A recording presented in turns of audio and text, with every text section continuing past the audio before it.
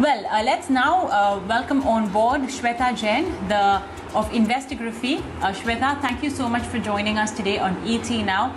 Well, it's the 1st of June. A lot of individuals have received, the salaried ones have received their salary. Some of them are lucky enough to have gotten that increment as well. So it's a higher salary, in fact, that they have received. They may have received it in May, but most of them have received it this month as well. Shweta, how do you, what's the first and foremost, the most important thing to do when you get your monthly income? Hi, Marina. So the first and most important thing that people should do is save first. I think this is a game changer. It's a life changer. Having to save first and not save what's left after spending, right? So Warren Buffett said these wise words, don't save what's left after spending, spend what's left after saving. And I think this is the mantra to build wealth for anybody and everybody. When you save first, you're making sure that your expenses are limited. You're making sure that you're putting aside money to pay your future self. And this is how one can build wealth. One has savings to invest. One has savings to meet emergencies. Basically, you're not... you're holding every rupee of your salary accountable. You're not... you're in control of your money, right? You're not sure. A lot of people, when we talk to them about money, are not sure about where money is going. So when you're limiting your expenses, when you're saving first, you know exactly what your money is doing. You know exactly where your money is going. So you're never clueless. For me, budgeting comes a close second. So budget your expenses. This means that having an itemized list of what you're spending, where you're spending, when you're spending, how frequently you're spending. I think the most important thing when it comes to money and what all of us really enjoy is spending, right? So when you're looking at spending closely, do mindful spending. I think that's the key to happiness. When you budget your expenses, you know what's the difference between your needs and wants. So you're never confused. You know, okay, I need this, but I want this. So you are completely in control of some of these things, which otherwise, when you're not saving first, you're really not in control. You, at the end of the month, or sometimes even in the middle of the month, you're broke. And I've heard so many people say that. So I think saving first, if there's one thing that people start doing today, it's save first.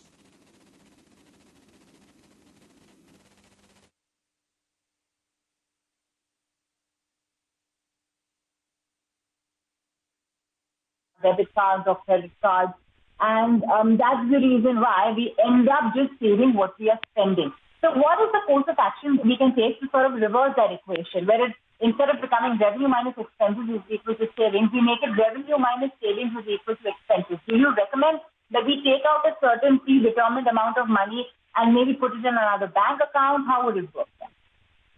Yeah, so I would say two things. So see, one of the things that we really enjoy is spending money, right? But the thing that we don't like about spending money is that it gets out of control. It becomes a habit and addiction. So have a splurging budget. And have a certain amount of money that you sort of putting aside every month. So whenever you think there's something that you really want and that you really like, it's expensive, use it from your splurging budget. So you're not denying yourself.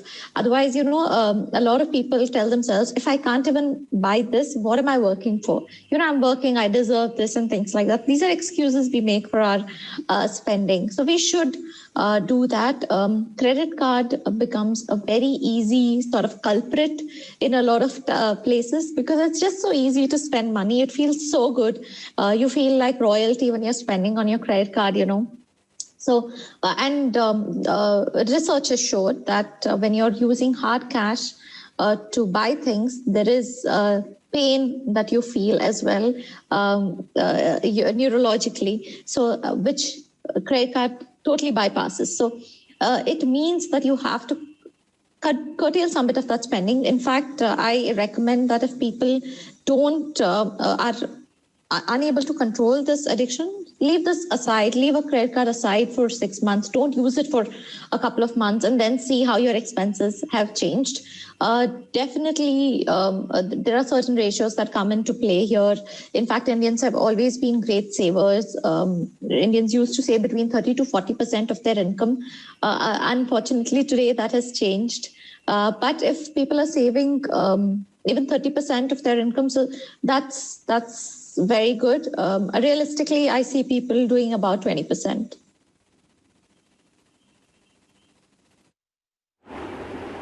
As well in the annual report, which we had the RBI data as well in the annual report, which said just that much, that in 2020 especially the savings really increased. But I suppose that also had to do with the fact that we did have a year that was that kind of forced us to save all that money, because we really had limited avenues where we could spend all of that money. And any which ways, I guess, like you mentioned, we've been great at saving money, and I hope that the trend continues and doesn't change as the millennials, zillennials as they are called, or the Gen Zs really come in and decide, that they have too much FOMO, or you have to live in the moment, or like you mentioned, what am I earning for, etc. Okay, so this money saved, and we'll talk about those ratios as well, and how you should adapt or change those ratios as perhaps you grow older or your situation changes. Now, this money saved, how do you again, is it necessary that all of this has to be put into your equity mutual funds or in fixed deposits? Because even if you save all of this money, there should be a rational plan as well of what you have to do post that saving. So how do you go about that? Right. So first step when you're starting investing is to keep 3 to 6 months of your expenses aside. So this could be your sort of cushion, this could be your backup plan, where in any case of emergency, whether it's a job loss, whether it's a pay cut, whether it's whatever it is, you can fall back on this. So 3 to 6 months of expenses, set it aside. It could be in a liquid mutual fund, it could be in another bank account where you ideally don't have a debit card access, or it could be in another bank account, so that you're sort of keeping it separately, out of sight, out of mind, works here as well. So you should start off with first an emergency fund. Second, look at whatever short-term goals you have. Human beings tend to be really bad at long-term sort of delaying gratification. But for short term, we do know what our short term goals are. In fact, a lot of people that I talk to say beyond 5 years, I cannot, envision myself.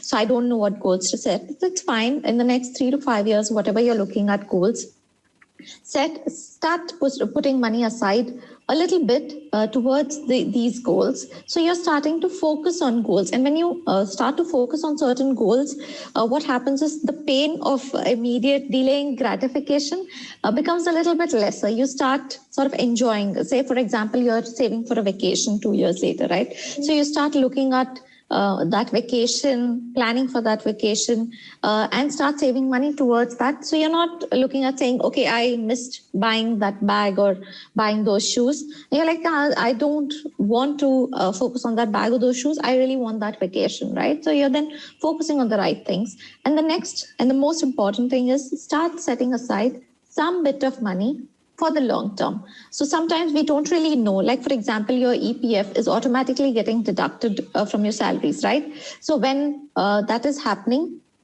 you're not even accounting for that money, and it's becoming the biggest kitty at the time of retirement. So what I would recommend is start a similar amount. Ideally would be similar amount. If not, even if it's half the amount, always keep that target. So link it to that EPF contribution and start it in an equity mutual fund, which you're not going to touch, which is going to be for a really long time, which is how you're going to build wealth. So these 3 steps, if you're going to take, I think you're good.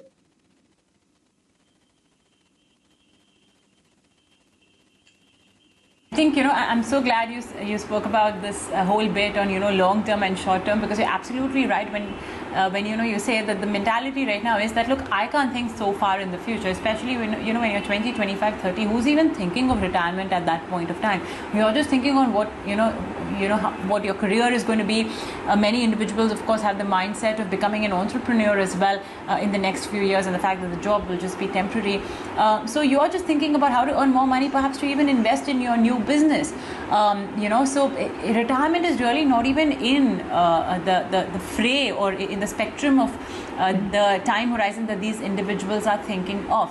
Whether it's a 5-year time horizon, 6 years, it's always better to write down your goal, whether it is to travel, whether it is to have your own business to start off with, whatever it is. Keep that in mind and accordingly put in your money. And of course, you can always consult financial advisors who will be able to curate a proper plan as well for you. Now, Shweta, like you mentioned, this whole as human nature changes, and yes, I mean, we have changed quite a bit. What our parents used to think in terms of from a money point of view versus what we think, and perhaps what our children think as well, will be entirely different. We often say there's a ratio called 50-30-20, right? 50 towards expenses, 30 towards savings, and then 20 towards other discretionary luxury expenditures that you may have. So do you think that this ratio demands changing as your goals change, as you as well grow older, or do you think that this is a ratio that has been well established, keeping in mind prudent personal finance practices? So I think it's a great ratio to start off with, but each one of us has their own personal sort of goals, aspirations. So some of us may want to cut down today's expenses and say retire faster, or say for a particular goal. So in those cases, then your expenses may come down, or you may not want to do those discretionary expenses, right? So which are your needs versus wants, basically. So I would say, while this is a general rule and it's great to start off with, but definitely see what you are comfortable with.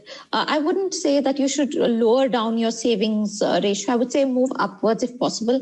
A lot of participants in my sessions ask me, what's the ideal savings ratio, right? So for me, say if it is 100%, that's an ideal savings ratio, but we don't live in an ideal world. We have today's expenses to take care of.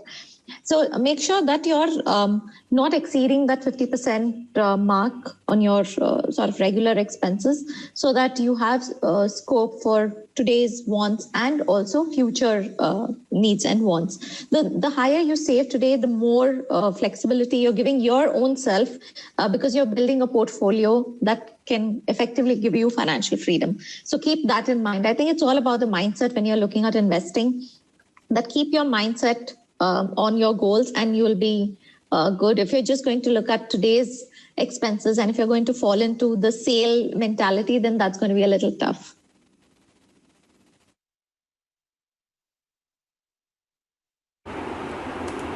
Oh yeah, and I think say whatever, but in this last 1 year, all of us have learned a lesson. It may have come in a little. It must have been. It's definitely a harder lesson than we would have liked, but I hope it's something that has jolted everyone to reality that, look, you don't know what tomorrow is going to hold. You need to absolutely save money, and just brace yourself for a rainy day, which can take any shape or form. Shweta, another question that's often asked is, how do you budget for your expenses? What comprises essential? What comprises something that's more discretionary in nature? Do you recommend that individuals should always draw up a budget, so you have an idea in your head about how much do you really need from your monthly income that will have to be attended to towards expenses? Yeah, definitely. I think a budget is the most important thing to draw on. And ideally, there are lots of apps, and of course, Excel is great too. But ideally, there's nothing like written down budgets, and I'm old school that way. And I'll tell you why, because when you're writing it on Excel or on some of these apps or whatever, you can delete. You don't like something, you can just delete that sheet. Last month wasn't great, delete. You don't go back on that. Or when you're writing it, it really hurts. So that way, I'm a little old school, and tabulating these expenses are very important, seeing what category of expenses are increasing, reducing.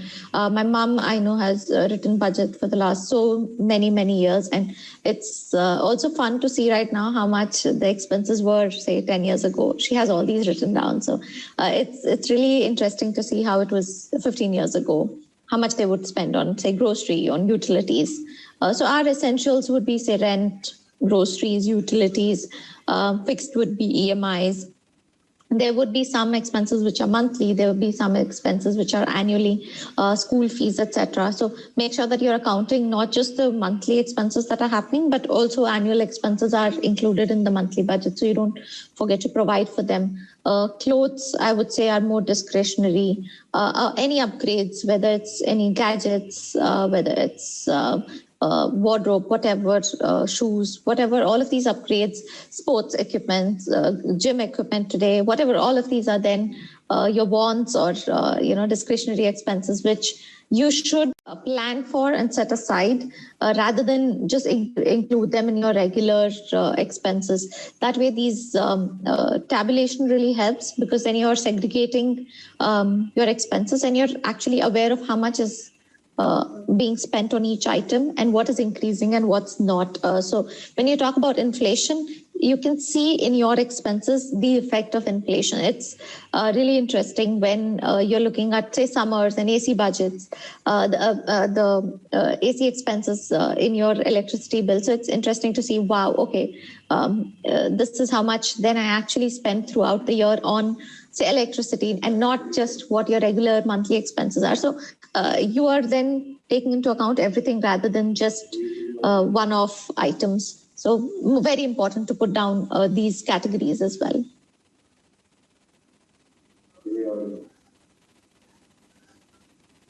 Okay, all right. Well, there you have it. That's everything to do with how you can efficiently manage this income that you have received. While, of course, the temptation, the lure is that quickly sign off on all those checks and pay off all your dues. But, try and ensure that you're at least setting aside a certain amount of money, for savings, and then go on to write all of those checks and pay off all those bills. Okay, well, let's get in now on those questions and queries. Remember, folks, you can write into us. Our email address is themoneyshow@etnow.tv. Our first question comes in from Rahul Tandon.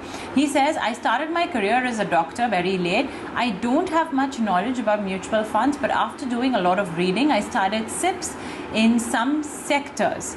I think he means in mutual funds last year for myself and my kids' futures.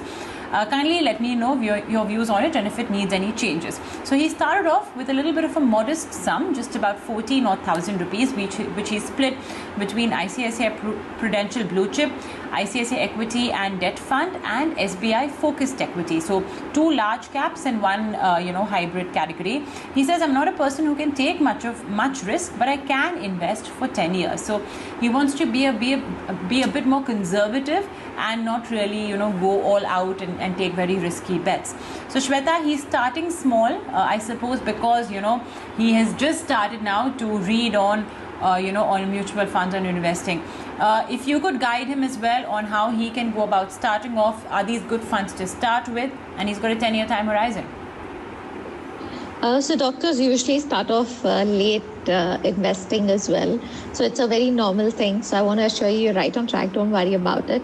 What I would like to see is you are increasing your savings every year and making sure that you're focusing on your goal and then investing accordingly. So right now, to start off with a particular amount that you thought was a good start, 14,000 is fine.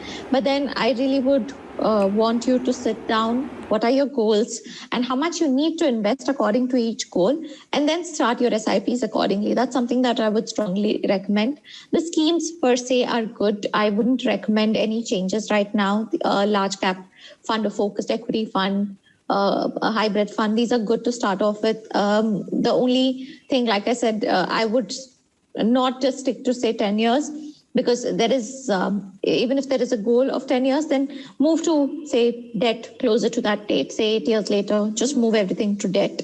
But if you don't have a particular goal in mind, then you could continue to invest. One thing I would like to commend is that, you've invested in equity via SIPs for at least 10 years, which I think is a good start, because we otherwise see people wanting to invest in equity for a year or 2 years. So 10 years, you're off to a great start. And when you're talking about risk, I would just like to highlight something about risk here. A lot of us think of risk as volatility, right? Because we are privy to the NAVs every day. We are seeing our statements every day, values every day. So then we are seeing the volatility that's coming along with it. I would request you to see your statements not more than, say, once in 6 months. And then you will know what risk you're taking, because in equity, the risk that you're taking when it's for 10 years is not very high, especially when you've diversified into funds like these. So I would say that, you're not taking too much risk, so don't worry about that. Just make sure that your time horizon is high when you're investing in equity. I would also recommend that you start an SIP in a liquid or a short-term fund and build on an emergency fund so that in case of any emergency, you're ready as well. So I would strongly urge that you add that to your portfolio as well.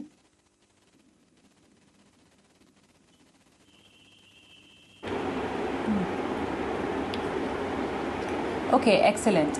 Well, yeah, she reiterates that don't worry, you're not taking too much risk, and yeah, just ensure that if you are going to expand your investment amount in equities, just ensure that your time horizon doesn't change much. You still have that 10-year time horizon. Okay, next question is from K. Kandasamy. He says, should I stop my 47-month-old SIP in the Franklin India Small Cap Fund? Now, Shweta, I'm going to expand the scope of this question to all mid and small cap funds. It's very tempting, I suppose, at this point of time, now that mid and small cap funds have delivered tremendous performance. Small cap funds on an average have doubled in the last 1 year. So I suppose it's very tempting for individuals to say that, okay, maybe, I could, redeem a little money, or I can just stop my SIP because the levels as well are very high.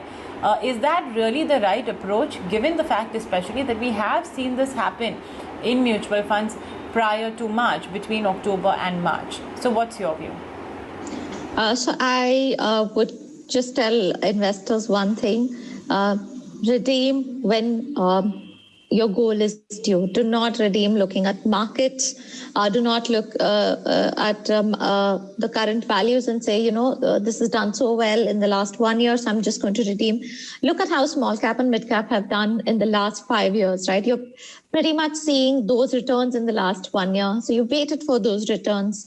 I would not recommend that you exit now, because then you will be missing out on whatever compounding that could happen till the time your goal is due. I would also recommend that investors who are coming new to mutual funds start off with large cap funds and not mid and small cap funds, for the simple reason that these are highly volatile funds, right? So the last 1 year may have been fantastic, but it's not always going to be like that. And you will see a year like that after waiting for a couple of years and when these funds would have done absolutely nothing or done really badly. So I would say that new investors start off with large cap or index funds. For investors who are already in the market and who already have investments in small cap, you've invested with a particular goal in mind, or to compound your wealth, right? So just stay invested. Unless you've been invested in these funds for the last, say, 8-10 years and are looking at goals in the next year or two, then you can redeem. Say this money you would need after a year or so, then redeem. But otherwise, I would strongly urge you to stay invested.